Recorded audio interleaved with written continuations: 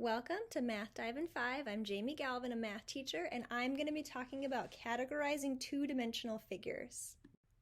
Before we get started, I want you to pause the video, and on the screen you see a task that you can either do on your own or with your team. Look at the shapes and think of two or more categories you could put the shapes into. Then go ahead and write the two categories down, and then see if your partner can place the shapes by drawing them into the two categories, or if it's just you can place them in yourself. But while you do this, think about what are the students going to have to go through and think through to be able to create those categories, but also place the shapes into the categories. We can see here with the progression with the benchmarks that when students are working with two-dimensional figures, they will still identify and draw figures. They've been doing that with the old standards as well. But with our new benchmarks, they're going to be categorizing two-dimensional figures, which is our focus, and of course identifying lines of symmetry, which they haven't been expected to do in the past with the standards. However, our focus, like I said today, is going to be categorizing two-dimensional figures. So I want you to think about what experience have they had previously with that and where are they going with it. Well, previously in kindergarten and first grade, you can see they have actually had some experience comparing and sorting two-dimensional figures. So they can use that going into the unit with now in second grade. And then we see moving forward in third grade, they're still working with those two-dimensional figures. They're going to start focusing more on quadrilaterals. And then of course in fourth grade, also looking at other attributes like angles when starting to talk about those two-dimensional figures. Thinking about how to help students start to categorize figures, first think about the models that you actually use. A good place to start would be with the actual physical figure, so students can feel the 4 equal side lengths around a square, or with the rectangle, start to see those right angles and that the 2 side lengths are longer than the others. And then as they get more comfortable, they can move on to building the figures with angle legs, building on the geoboards, and even drawing it either using grid paper or just by freehand.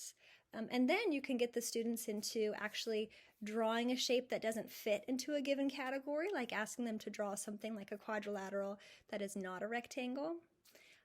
And using those different models will just help you see that students, they're likely going to be in different developmental levels of geometric thinking, and you want to have options so you can meet them where they are. When students do actually start to sort and categorize, the vocabulary is huge. They need lots and lots of practice talking about the attributes, the names of the shape, how they relate. And then when they start sorting, just different ways they can sort. They can sort it into groups, they can use a T-chart, or even students who are ready could use a Venn diagram. But different ways they could do it. So thinking of that example with the ovals, they could start with just the shapes, and then they have to label what's an attribute that they all have in common. So they actually label the top, or they could start with the top labeled, and then they have to actually sort the shapes into the categories. Or even doing something like that bottom example, where they have a T-chart, and they place quadrilaterals on the left that have 4 right angles, and quadrilaterals on the right that have no right angles, and talking about what they notice. Then you can ask them to name, what do we name that category on the left? So that would be the rectangles, but then they could also see that within that category, you could also have squares, because they have right angles, but they also have the 4 equal sides. But just really getting the kids to talk about that, and of course focusing on the attributes, but then pairing it with the name of the figure as well. So where's one place that the students will get confused? And that's thinking about defining attributes versus non-defining attributes. So with the examples with the triangles, students may think because they're different colors, different sizes, turn different ways, that they might be different shapes. But it's important we get them to focus on those defining attributes, the sides and the vertices, so they look at the fact that they all have 3 sides and 3 vertices, so we'd call all those figures triangles. Or even with the figures on the right, again, they're different sizes, they're different colors, turn different ways, but just get them to see that the defining attributes that they all have 4 sides, and you could call it 4 square corners or 4 right angles. So we would call them all rectangles. And then again, of course, you could also talk about how the yellow figure also has all 4 sides the same length, so we could also call that one a square. But just getting them to really focus on those defining attributes, the vertices, the side lengths.